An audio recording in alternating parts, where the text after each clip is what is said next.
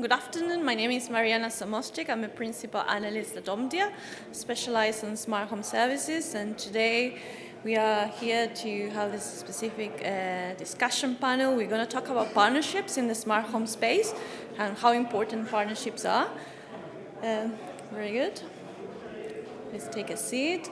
I'm going to introduce them. So we have here today with us, we have Laura Buford. She's the Senior Connected Home Director at Nagra.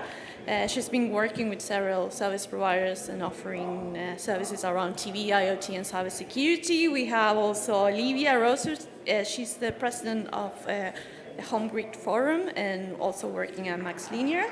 Thank you very much for joining us. We have Shem Asayak, Senior Vice President of Home Services at Orange. He's in charge of TV, video, entertainment, and many other things.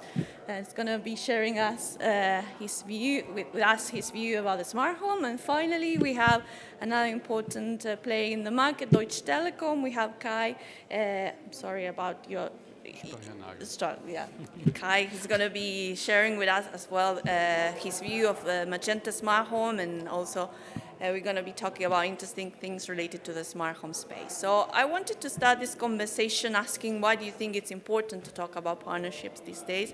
And one of the most significant findings we've had out of our survey, we carry out regular surveys, we talk with consumers, we talk with different service providers in the industry, and we ask them what are the main challenges when providing smart home services. And one of the first things service providers mention when it comes to serving the smart home space is that they have integration challenges, interoperability, and that's definitely related to Matter. I'm sure you're all aware Matter, it's a new protocol for the smart home, that it's coming soon and it's going to hopefully change things, make things simpler. So we're going to be discussing that today in this panel. And the second thing they usually mention when it comes to serving the smart home space, it comes to working effectively with partners. They always highlight they have issues, they don't have the right support, it's complicated to deal with multiple partners, so that's something we're going to be addressing today in the panel.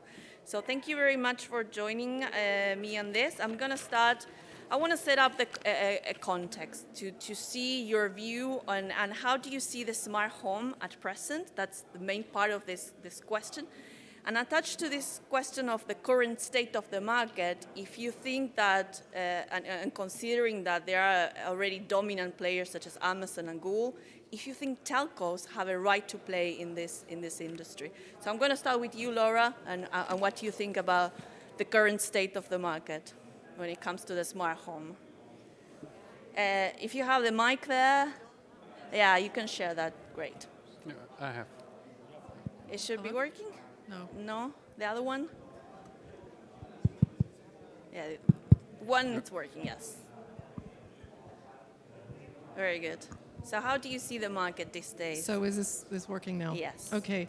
So the market, home automation started in the 60s, and I think Kai had a great discussion in the beginning. Magenta Smart Home has been around since 2013, which is almost 10 years. Today, I think we see that about 2/3 of U.S. consumers have a smart device in their home, and I think the Europeans are probably close behind that. Over the last 3 years, people spend a lot more time at home. They spend a lot more time being connected, and I think that the rollout of the smart home has gone forward much more quickly. But today, it's not just the smart device that makes your smart home. It's really your home is smart if it's fast and efficient and simple to tell your home what you want it to do, which maybe is today not yet the case. But also, how confident are you that all of the stuff that you have connected is not putting you at risk, but it's really reliable and it's keeping you safe. So I would say that today I think the most important characteristic, which is an emergent property of the smart home, is becoming. So that is becoming capable of working with us and for us. It's becoming capable of orchestrating different devices to work together, and it's becoming capable of protecting us. Okay. And that would be my answer of the state today. Okay. How about you, Shem?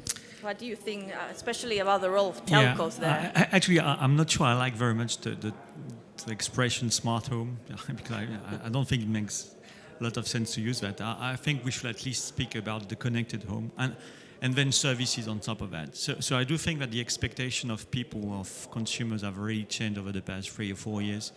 I'm going to be a little bit provocative, but like 3 or 4 years ago, your Wi-Fi, for instance, was not working at home. Okay, you couldn't download your latest Netflix series, or you could not surf on the internet. Today, that means that potentially you cannot work, your children cannot attend a class, and you cannot go to a doctor's appointment. So the expectations have changed a lot in that respect.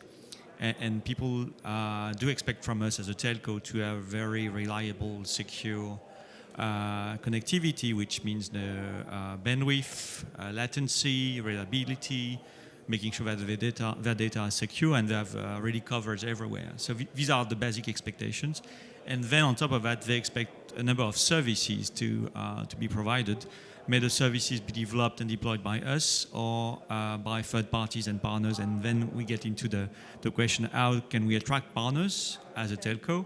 And how can we make sure that we deliver the relevant services to our customers? And how can we share value also with these different partners? Okay. How about you, Kai?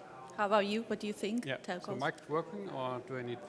I think yours is Can you hear me? working. Yeah, I can hear you. Yeah. Yes. Does it work? Okay. Yes. Yeah. So you don't like smart home. I didn't say that I don't like smart. I don't like it either anymore. All so right. I think smart home has started with home automation, right? That was smart home 1.0. That was home automation, kind of the dump devices which you connect with a lot of different protocols, and it's kind of just automating the home and not doing smart things. The second generation is smart home. So we got more complex devices, and that is Smart Home 2.0. And that is what we have today, and no, not anymore since February when we launched our new product, which is done the home experience product. So home experience means that you put the people in the center of that and not the devices any longer. So smart devices or sensors, all that is only part of it, but the people are in the middle of that. And that is really what a smart home is. So connected home, as you want to describe it, is also maybe something in the middle between home automation and smart home. I think home experience, digital home experience, really is the key changer for the customer to really adopt it. Mm-hmm. Yeah. Okay, very good. Livia? Many thanks. I really like the question because it's a disruptive one in the sense that indeed we have seen such a shift from the quality of service that operators used to preach and provide and ensure to the quality of experience that we all need. We as users, we as technology providers and so on.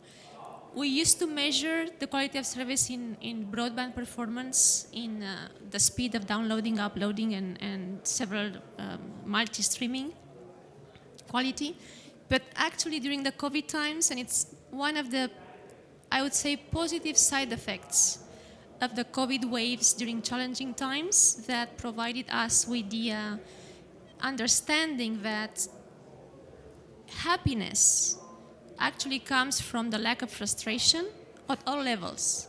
If you have a great experience, a quality of experience with a service, with a technology, with a car, with a gourmet dinner, anything else, then you actually accept and embrace that service, that partner, that technology. And it all comes to that.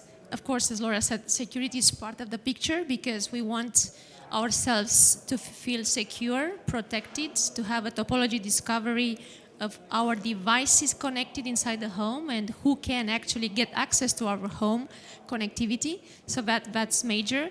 But also to feel that we get really quality of experience, that everything works at our fingertips, that we can get connected, and I like that. We like being smart and looking smart, but more importantly, it's the connectivity. We like to feel connected, and I was saying in another discussion that the connected home now, it's mobile, it gets us on the street. We want to be connected everywhere, inside the home, on the street, in the shopping malls, in the airports, on any simple road, rural area, which is why now we have the connected streets coming to take over. So it's a quality of experience that is transforming the connected home. And part of that, and I would like that you mentioned, because I would like us to also explore and extrapolate on this one, is the interoperability. One of the challenges that we had, always, even before COVID times, was just that we didn't feel it so strongly, was the need to combine devices and technologies. I have been in the broadband connectivity space for so many years. Don't ask me how many, but I have been witnessing the fights and the resources being spent unnecessarily between technology providers, service providers, system integrators on they should choose one technology, one provider. No, it's not the case anymore. So it's about combining, segmenting the network so that we have end-to-end connectivity, of course, but combining different technologies on the different part of the network segments, and then combining, as we we have the wired connectivity. On top of that, we have the wireless connectivity. The wired ones provides the reliability. The wireless provides the freedom of movement. So we need to combine all of that. So what happened during COVID times? Everyone needed to install these devices seamlessly without help from technologists, because we could not enter the homes. We could not open the door to installers. So we had to get something online, something being installed previously, then something being shipped and all connected. And if these devices were not pre-tested for interoperability, it was a challenge. So one of the lessons learned that everyone, all on the value chain, should take with us and to create accelerate that frustration-free experience you were mentioning, and we discussed this actually yesterday in another panel. Very good. I have now a question for you, both of you, Kai and Cem, from a service provider perspective, and I want you to share with us your experience when it comes to selecting a partner. What are the things? What do you think is the most important thing when selecting one, and what you think it's necessary to know when it's good to work with multiple partners at the same time? That's already an issue. So if you could share your experience. So maybe I will start. So the first thing is to find out, which are the services that you want to provide as an operator. Because there are so many of them. Maybe some of them are not relevant for us, in France for a certain market segment, and they might be relevant in a different geography. So you really have to look at that on a case-by-case basis, again, depending on the geographies, the markets, and the maturity also of the different services and expectations. So that's one. When we have decided to address a certain vertical in terms of services, you have traditionally a kind of make-buy partner decision to make. We have a lot of very skilled people, engineering people, marketing people, so there are things that we can do on our own, and we decide to do that on our own. And sometimes, there are better value proposition from a pricing standpoint, from a scope standpoint, from an operation standpoint, and then you get into okay, who are the best partners that I can work with? And then you have to look at the service they would be rendering, and also at the value proposition at large, and also you have to look at the model from an economical standpoint, which is, there is value which is being created. How do you split the value between the partner and between you as the operator? And what do you do? You do deliver as an operator to justify, to take part of the value, and obviously depending on the services and the partner, what you expect and what you deliver is not exactly the same. So number one, defining the services that you want to provide. Number two, defining whether or not you do that on your own or with partners. Three, picking the right partners based on the different set of criteria to define the relevance for you and for them, because partnership is always twofold. You might find that the partner is relevant for you, but you might not be the right partner for them. So you really also have to think, okay, what makes Orange, in my case, relevant for them, and why they would work with me rather than working with a different telco or with a different party. Okay, thanks for sharing both of us. So I think once it comes to partner selection, it's really I have to put the customer back into the view, because customers already buy devices. I'm taking it from the device partnership perspective. People are buying devices, they have devices in their home. They have maybe a Philips Hue already, they have a Sonos system, they have they selected the washing machine not because Magenta Home is supporting it, right? So it's, they selected for different reasons. So So we need to connect what the customer has or what the customer want to have. So good brands in the market, leading brands, is kind of also helping us to sell our solution, because we can say, okay, we have these 40 brands integrated into our platform. We have kind of everything you have at home already, you can connect now. So this is something where we think is key for us as a platform provider, because we are not the best building devices and market them on our own in the same scale as the other device manufacturers can do on a worldwide scale. So that is just pretty simple to do the math. And so people are buying devices, and we just need to connect what they have. So selecting partner is by that.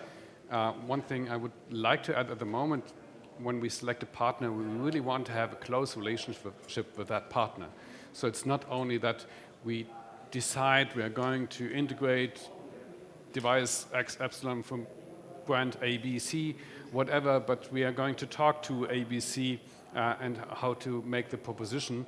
And as you said also correctly, what can we provide as a value add for the partner and also for the customers if they are already having an app and we just copy what they have and put it in our app, there's no benefit. But just give you a very simple example. So if you have a Philips Hue system and a Sonos system and maybe some sensor, or let's say you just come home and the light is going on and the music is playing your favorite songs or your playlist, then this is something we can do overarching, and Sonos and Philips can't do all on their own, but we can provide as a platform provider as we connect all these different things and nice devices the customers love. Okay, and that's the key on managing multiple partners at the same time, making them all happy. I have a question for you, Laura. I understand Nagra recently launched a cybersecurity proposition, and I wanted to understand a bit more about the motivation behind that. And I'm asking this because I want to know what's in it from a partnership perspective, and how you connect this new proposition you have on cybersecurity into the connected home from this specific angle. Yeah, absolutely. Thank you for that.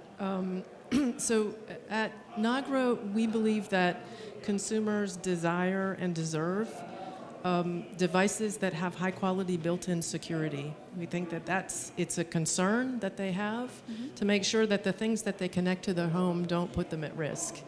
That's one of the reasons that we're working for this every day, but one of the reasons that we decided to join the Matter initiative. Matter is about interoperability, so by definition interoperability is partnerships. But one of the nice things about Matter is they really understand that in order to give that consumer confidence, we need to make sure that we've got the security built into the devices. So it has a number of requirements for security, one of which is root certificates, which keep the devices and their data safe.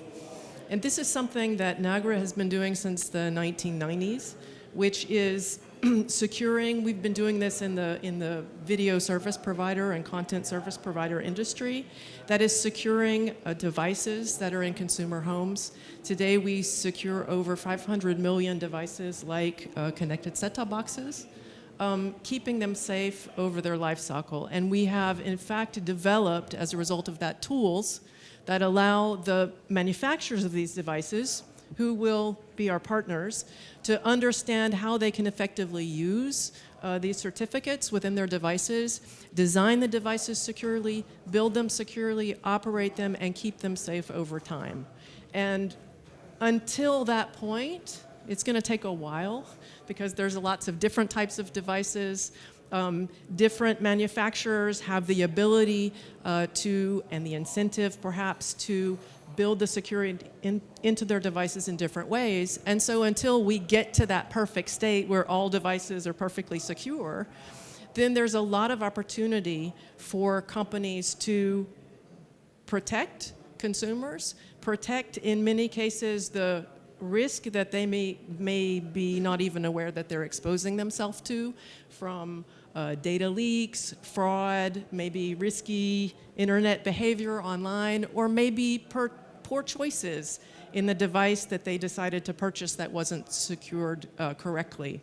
And so we've decided to enter this game as well, not just helping the manufacturers, but also helping our ISP partners in terms of providing a service that the consumers can feel that they're confident in launching within their home because it's not putting them at risk.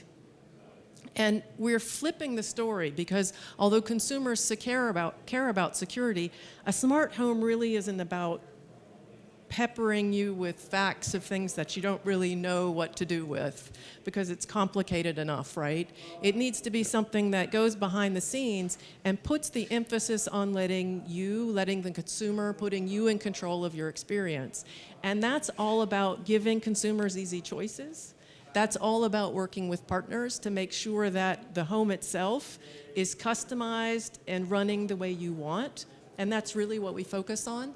And so in the end, we have to work with lots of partners throughout the supply chain to make this work. But we also understand that because devices are different and because consumers are different and want different types of services, then we have to embrace those as well. Okay. And so that's our approach. Okay, thank you very much for sharing your view there. And it's a good way of going into the next question is, do you think Matter is going to be a game changer? So we can start with you, Livia. And also, how do you see telcos? What telcos should do to prepare for Matter? I think it's important to highlight. Interesting one. Matter, like all the other initiatives that are engaging into interoperability, are paving the way. We are all paving the way for the customer experience. So definitely, we are part of that ecosystem as one of the major changes that we need to embrace. I'm looking at Matter. I'm looking at of course, we participate in the Purple Foundation. We are, as part of the HomeGrid Forum, we are working with service providers to have them using the wired backbone like GHN technology, ITU-T standards based as a backbone for the Wi-Fi devices, so separating between the Wi-Fi front haul and the wired backbone as a way to have a smart, and I know we're trying to avoid that, but as an automatic, intelligent, self-configuring, self-organized network experience that all devices are trying to find their way in a smart, most desirable path of choosing between what they should be followed on the wired one, reliability, and what they should be followed on the wireless one. So all these initiatives are paving the way.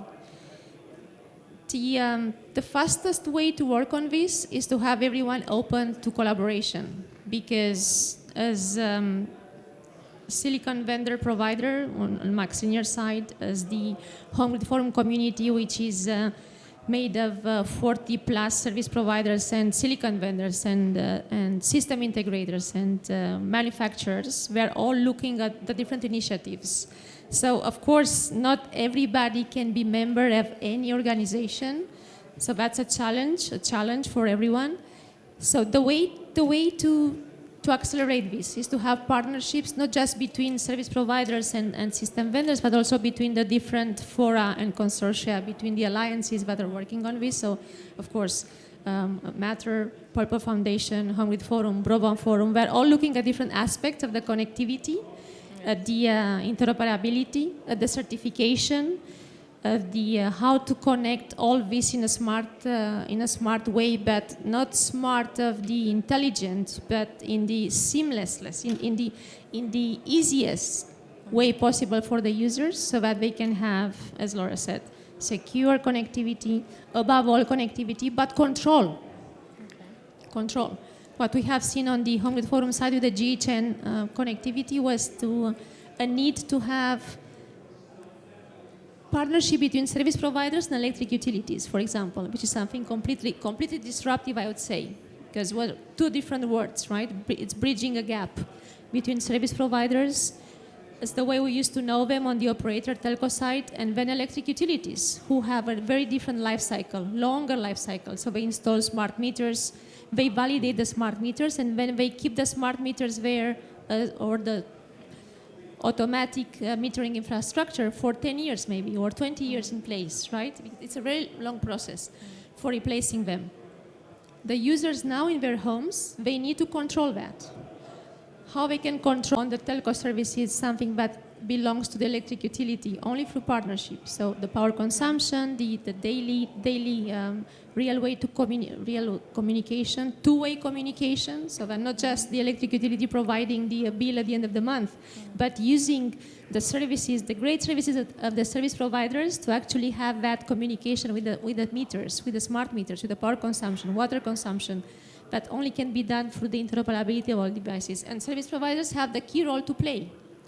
The electric utilities are allowing the use of the infrastructure, but the service providers are the ones that are guiding all the alliances, that are fostering the partnerships, that know what exactly should be used in a secure way, real-time, two-way communication.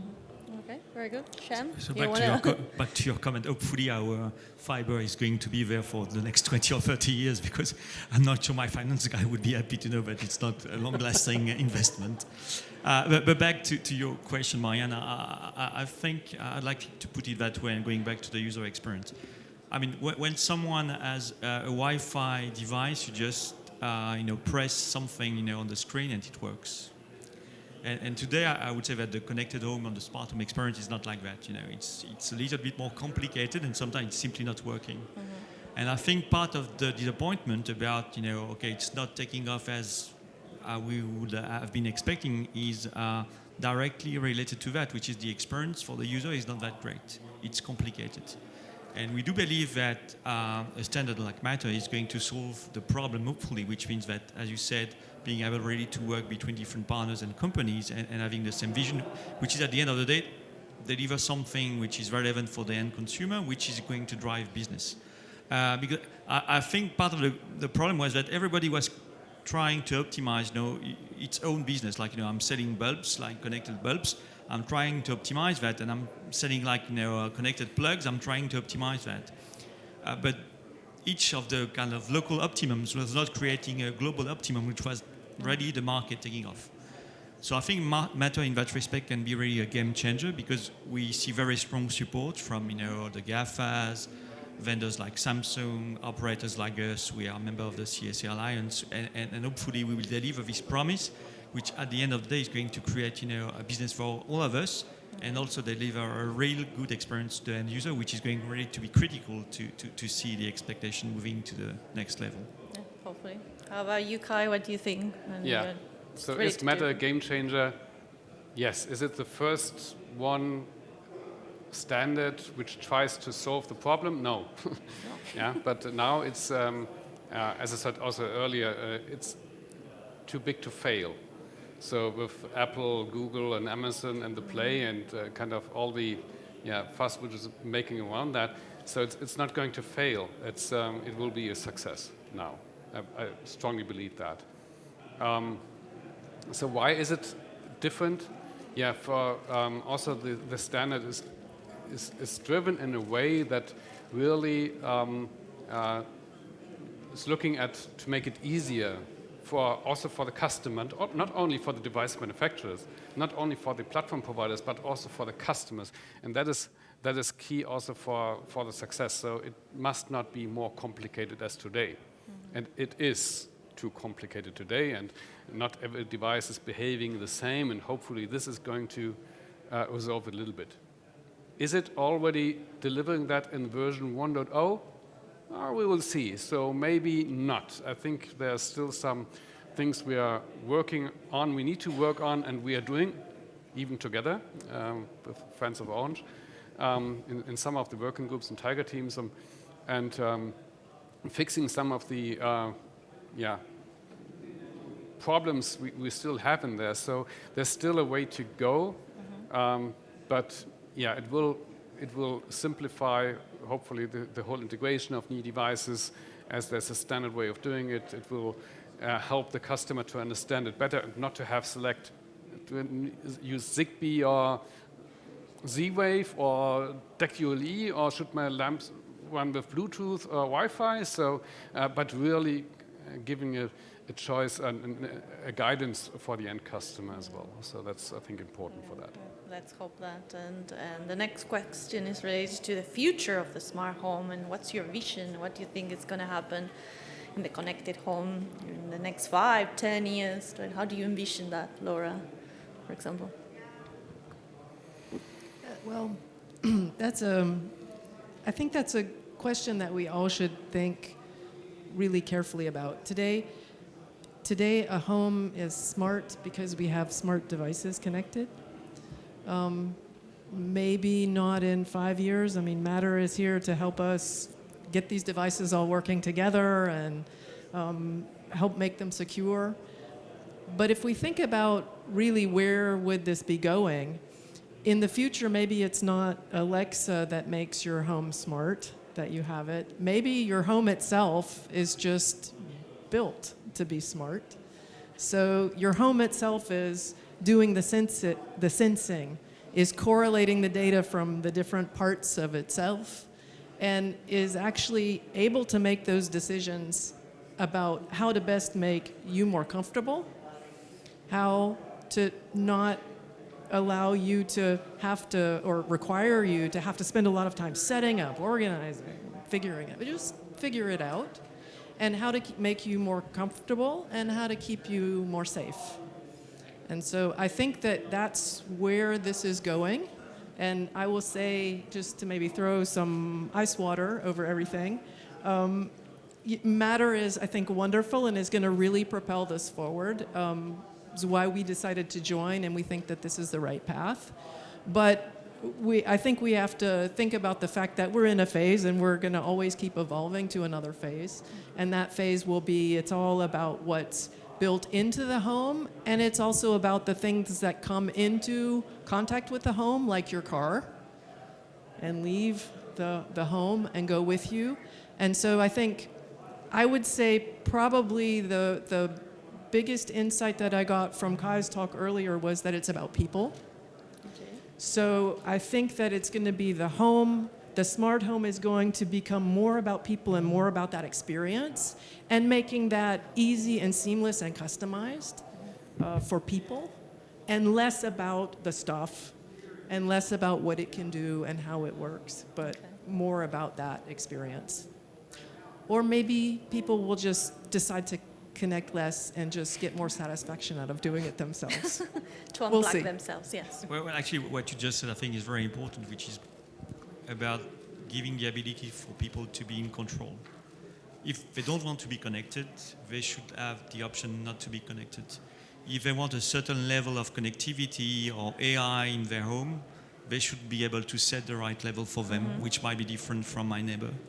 And if they want everything, including giving away their data or monetizing their data, they should be able to do that too. So I think one key thing is really giving the ability for people to be in control, and to do that in a kind of easy way. Because if you make it very difficult, then at the end of the day, it's like the cookie thing. Every time now you go to a website, you have to agree and look at the so it defeats the purpose at the end. Yes. So if you make it too complicated, people will move away from that.